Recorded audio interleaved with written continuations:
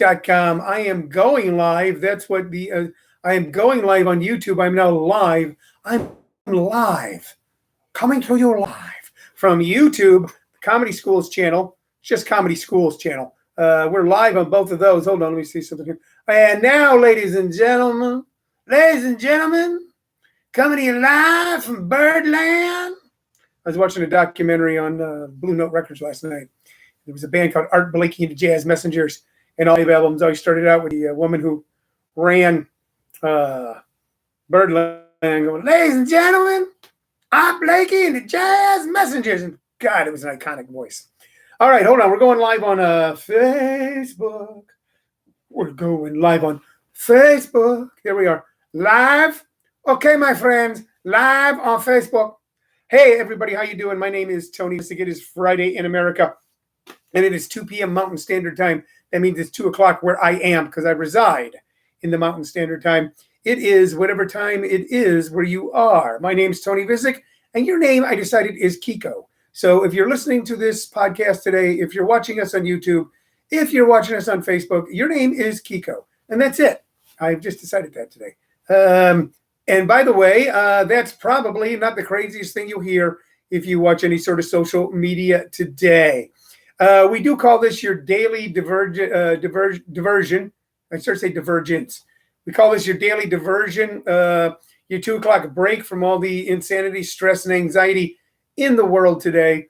That's what we do. There is a lot of hoop-de-doo and falderall around Donald Trump's press conference yesterday, where there's no other way to read it than that he was seriously putting forward the possibility of somehow shooting light into people's body and possibly using external disinfectants internally. There's no way to listen to what he said, to read the words. And to be honest with you, I haven't listened, but I've read the words, and I've read them several times to come to any other conclusion. Of course, today he says I was being sarcastic, trying to catch your media, which is exactly what I and all of you want from a president of the United States during what is the biggest crisis in the United States since 9/11 or December 7th, 1941. That's what we want, is sarcasm to try to fool the media. Oddly enough, I still have people strongly defending the guy. And I made a couple little quips or punt jokes on my Facebook page yesterday, and I had a few people come out and in such rageful ways try to make excuses and try to support him. There does come a time when you got to go, all right, I was wrong. All right. And I think for a lot of people after listening to that press conference yesterday, who they're going to have to come out and go, okay, I was wrong. And I'm starting to see that. There was no way around that. And by the way, those of us posting on Facebook, if you are a supporter of the president and you see posts on Facebook that are deriding him or making fun of him or taking him to task, we're not your problem. Your problem is probably the CEOs of major corporations and people who run governments throughout the United States that felt they had to put out strongly worded statements, making it clear that people were not to attempt to use disinfectants internally in any way, shape, or form. So if you have a bone to pick, I would write to the people that own Clorox and Lysol, the CEOs of those companies, I believe Procter & Gamble, and say, hey, why did you put that out? He was joking. All right. Bob Rocky says he has a rash, but Bob, you've had a rash your entire life. Bob Rocky is one of my favorite people in Phoenix, one of my favorite people in Maricopa County, one of my favorite people in the Rocky Mountain time zone. He is a good guy. When I get into other time zones, he falls quite down the list of favorite people. But in this time zone, and Bob says that he has a rash, and that comes to no surprise to anyone who knows Bob during this time or any other. Hello, Champ de Blasio. Hello, Eric Snyder. And he said, Eric, you know what? You can read what he said. I'm trying to keep this fun and light. I've got a big announcement I'm going to make as soon as we have a few more people on about something that we're doing Sunday night. Something we're doing Sunday night that you're going to be able to view and participate in from the comfort of your own home. We've got something coming up this Sunday night when there are a few more people on. I will say what it is. Hello, Charles Kaminsky. I always say hi to people if they wave, because it also occurred to me that some people just want to listen or watch anonymously, like you would radio or television. So I think it would creep some people out if they're watching the Jimmy Kimmel show and I'll say, "Hey, Ray," and what the hell? So Bob doesn't want to tell us anything else about his rash. So we're gonna move on to with the show. We've made it through another week. All of you watching, all of you listening, we've made it through another week. It's been a crazy week for Shirley and I, in that we are still in the process of moving everything we do into a whole different business model. I was talking to a friend of mine. I have friends who runs martial arts schools or consult. He has his own and consults throughout the country. And of course, no one's going to martial arts schools right now. You cannot physically go to them in almost any part of the United States. That may change shortly, for better or worse. But he's been working to put the entire thing online, to put everything that you would teach someone in a martial arts atmosphere online. But then he said, he goes, the weird thing is I'm busting my ass to build businesses that may be totally irrelevant in 3 months. So, and that occurred to Shirley and I too. We're moving this entire business, workshops, seminars, one-on-ones, shows online. And 3 months from now, it could be, as extinct as the dodo bird. But that's what we've been doing. It's been tough. We've been forced to have to go out in the world a couple times. Have any of you experienced this yet, where you've been home now for several days, in your environment? Maybe you got a front yard and backyard. You've been there. Maybe you walk around your neighborhood. For the most part, have stayed close to home. And then you had to go out into the world, and it's just freaky. You go to the grocery store, I'm just going to say this. I love the little town that I have landed in at this point in my life, but the very few people are taking this seriously. People walking around without masks. A matter of fact, I was wearing a mask when I went to the bank today, and a couple of guys looked at me like I was the weirdo. But I don't give a damn. I don't care. I didn't let it bother me. But it is a little weird. We had to go out in the world, but now we're back, and we're going to be back for a while. Jerry said minus actual people to spar with. Yeah, Jerry, that's true. There's no sparring. But my brother Jerry, who is a very accomplished individual, and I say that with no raised eyebrow, an extremely accomplished individual, besides being a art professor, has done many great things in his life, including achieving a black belt with an organization that is difficult to attain even brown belt with. You will agree with Jerry that there are three exercises you can do, kata,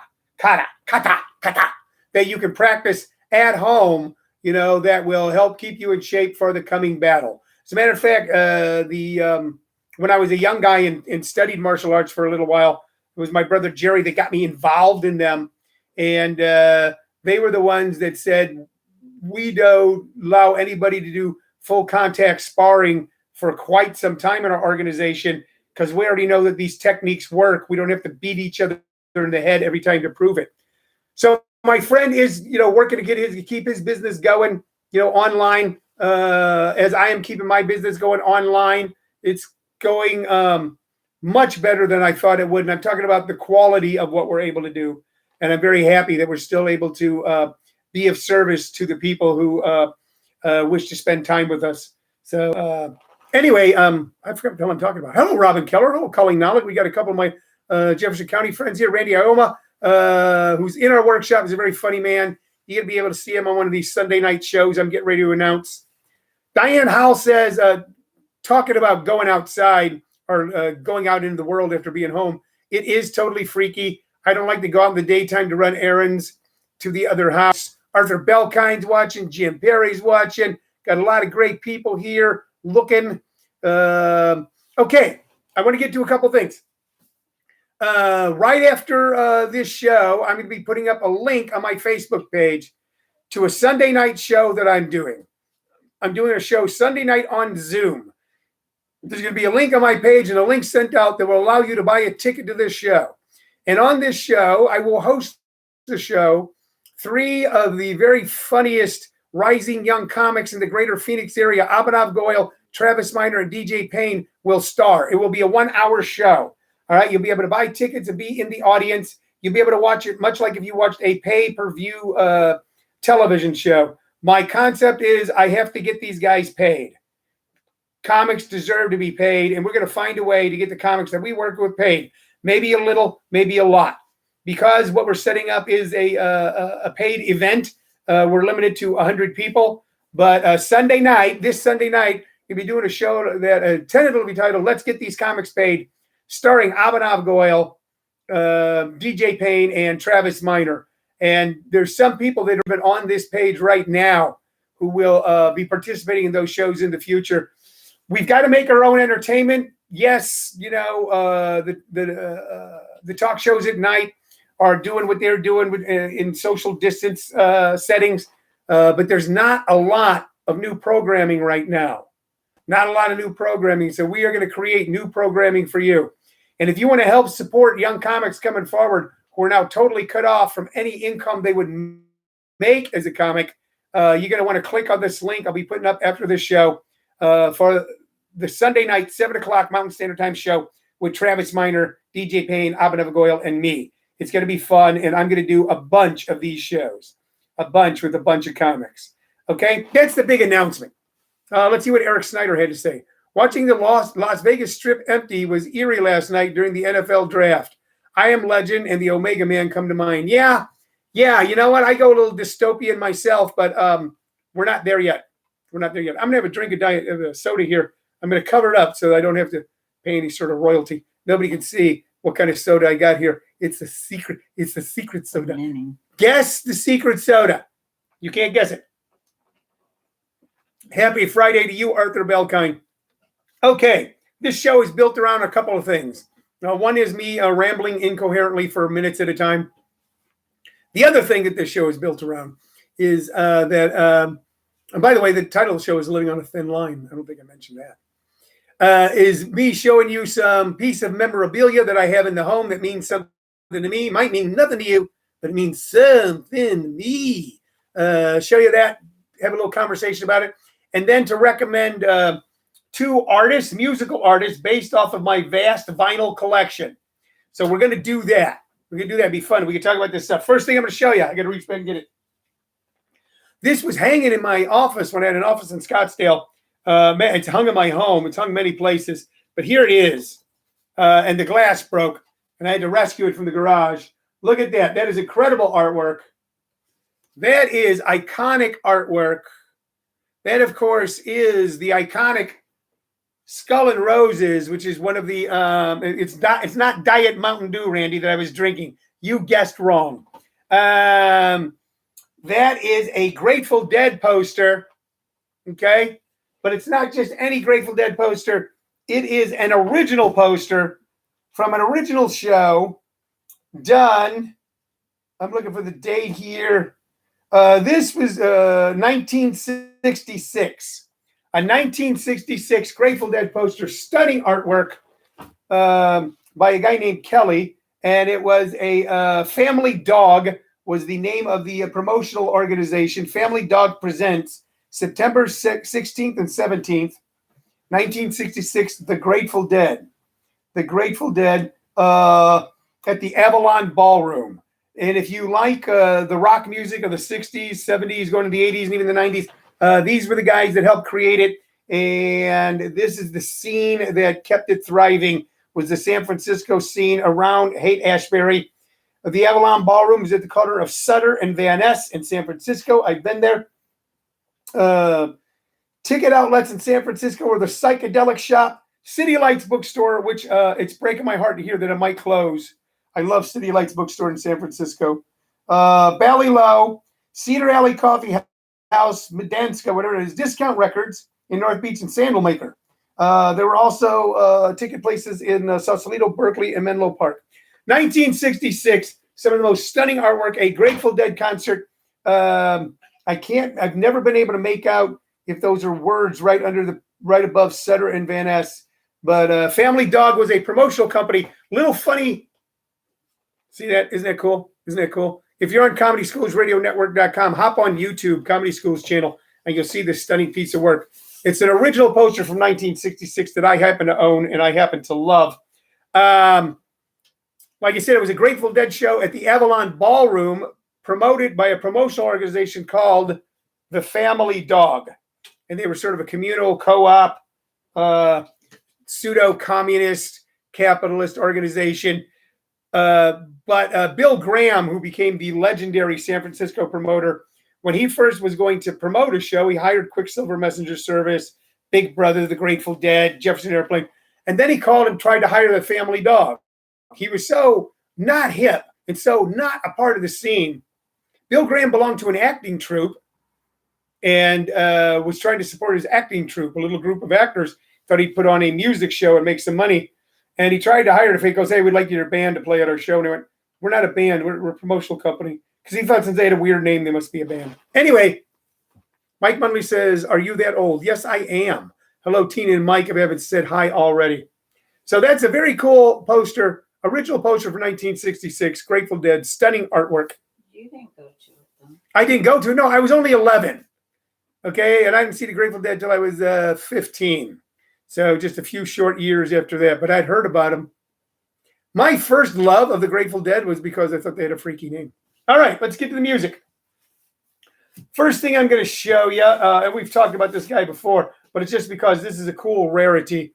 Here it is. You see that? There you see it on YouTube. You see that? And there you see it right there on Facebook Live. And it's a very simple sepia tone picture with Bob Dylan kind of off to the left. And it's 1966 Live Acetates Volume 2. And on this record, it's 1966 Live Acetates Volume 2. Side 1 is Fourth Time Around, Visions of Joanna. It's All Over Now, Baby Blue. Side 2, Desolation Road, Just Like a Woman, She Belongs to Me. This was recorded, once again, I didn't realize this when I pulled this out, same year as that Dead poster.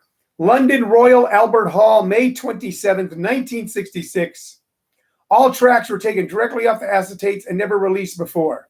So this album, sound quality was at the time head and shoulders above the sound quality of any albums you were buying in a record store. There were only 300 copies of this made.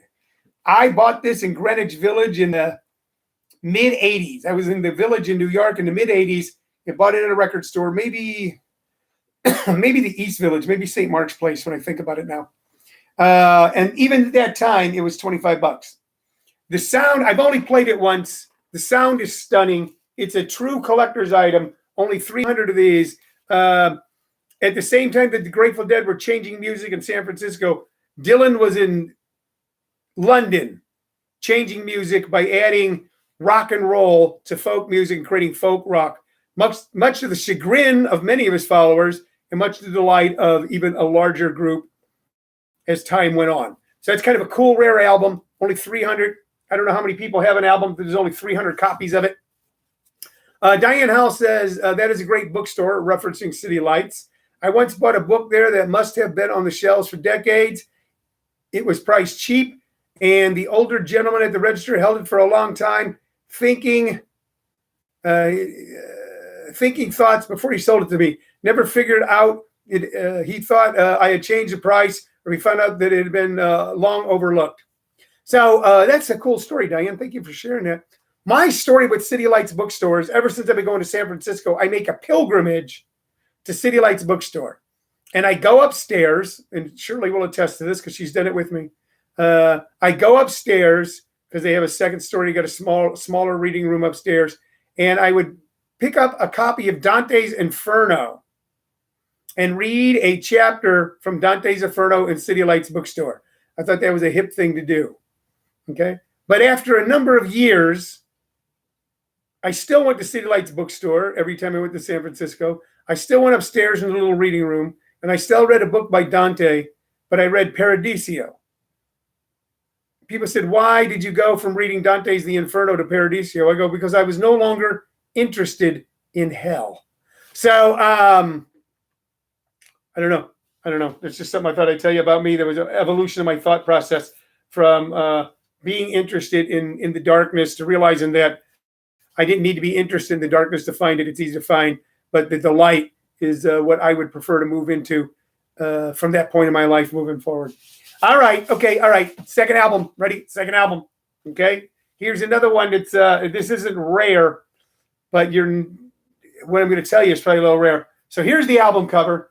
I have owned this since I was a little bitty kid. Kind of hard to make out. Mostly a yellow cover with a square in the middle of what it is it's like a negative of some guy standing there. So who is this? What is this? God, this is old. It's falling apart. This is really cool. This is the Steve Miller Band, Brave New World. Steve Miller Band. Now, many people who are watching this show and will watch the show know who Steve Miller is. And you know him from I'm a Joker, I'm a Toker, I'm a Midnight. So what you don't know, because they became a very popular and pop-oriented band in the 70s. What you don't know is that at one time, the Steve Miller Band was one of the most cutting-edge, adventuresome rock outfits to come out of San Francisco. Some people don't know they came out of San Francisco because they weren't part of the scene. Steve Miller Band, when they were signed by, I believe, Capitol, Capitol Records, got what was the biggest advance in history given to any rock band from Northern California. Something like $250,000, and they promptly flopped. But the music was stunning. On this album, a song called Brave New World, Seasons, Got Love Cause You Need It, LT's Midnight Dream, Can You Hear Daddy's Heartbeat, Celebration Song, Cow Cow, In My Dark Hour, and the main one was Space Cowboy. Now, whether Steve Miller, if you grew up when I did, if somebody was like a little weird to go, he's a space cowboy, and then it became a trite saying, space cowboy, so you got sick of it. But it was kind of coined nationally by Steve Miller with his song Space Cowboy. And this music has got a totally different sound than anything you may have heard from the Steve Miller Band in the 70s. All right. It's got a unique depth to the production. The vocals are different. The guitar work is different. It's not psychedelic. It's like an original sound from Steve Miller. And unfortunately, it did not catch on with the general public or even with album-oriented rock fans like myself to the extent that it would be worthwhile. And Steve Miller changed up and became much more pop-oriented and, of course, reached massive success. So those are the two albums that I was going to show you today. A rare live recording of Dylan in London's Royal Albert Hall in 1966. The Steve Miller Band album is from 1967. And, of course, my rare vintage Grateful Dead at the Avalon Ballroom poster, September 17th, 18th, 1966. I hope you enjoy looking at this stuff. I enjoy sharing it with you. I thought about what I was going to do when I started doing this show. We started doing this show because all of a sudden we had no schedule in our lives. Nothing. We were in, and that was dangerous for us, you know. And I thought, what are we gonna do? Just sit there and watch TV till our brains leak out of our ears? We could just walk around fraught with worry, you know. I go, no, we got to fill the time with something productive. And one of the things that we decided to fill the time with to be productive is doing this daily Facebook Live and then adding our internet-based radio station, Comedy Schools, radionetwork.com, and hello, Tim Lawson, and, of course, YouTube, and trying to make it fun and trying to make it positive. So that's how that evolved. This might be the 37th day of doing this. I will do this until the crisis is over. I will do it for you. I will do it for me. All right? But we're going to get through this together. I want to give you something every day at 2 p.m. except Saturday night when we're on at 7. All right? So thanks for listening and watching today. I still got a full day ahead of me. Busier now than I was before. Watch my Facebook page within the hour. You're going to see a link to a Sunday night stand-up comedy show, which you'll be able to watch on Zoom. Tickets will be $10. You'll be supporting two things. We're going to give a portion of the money to a local food bank, and then the rest I'm going to split with the comics. Okay, I'm thinking about calling these shows. I'm calling them Tony Vicich Presents, but the working title of these shows I'm going to start doing on a regular basis. Go, let's get the comics paid. I want to get the comics paid. They deserve it. We've all got to chip in a little bit here. You know, even if you're having a rough time, go to at least one restaurant. Shirley and I are going to do it this weekend. I mean, order takeout from at least one restaurant. We've got to take care of each other because there's $2.2 trillion pushed out into the economy last week and another almost 500 billion this week. And I'm not seeing any of it. And you're not seeing any of it. And if you do see any of it, I saw a little tiny bit of it. We're not going to see much. They're not going to take care of us. We're going to take care of each other. All right. I love you guys. I'm going to see you tomorrow at 2, but watch that Facebook page for the announcement for the show Sunday night. Thanks everybody for watching. All right. Love you guys. That's it from Living on a Thin Line. I'm Tony Vicich. Bye-bye. All right, YouTube friends. I hope you got all that. I hope we see you Sunday night at the show. Bye-bye.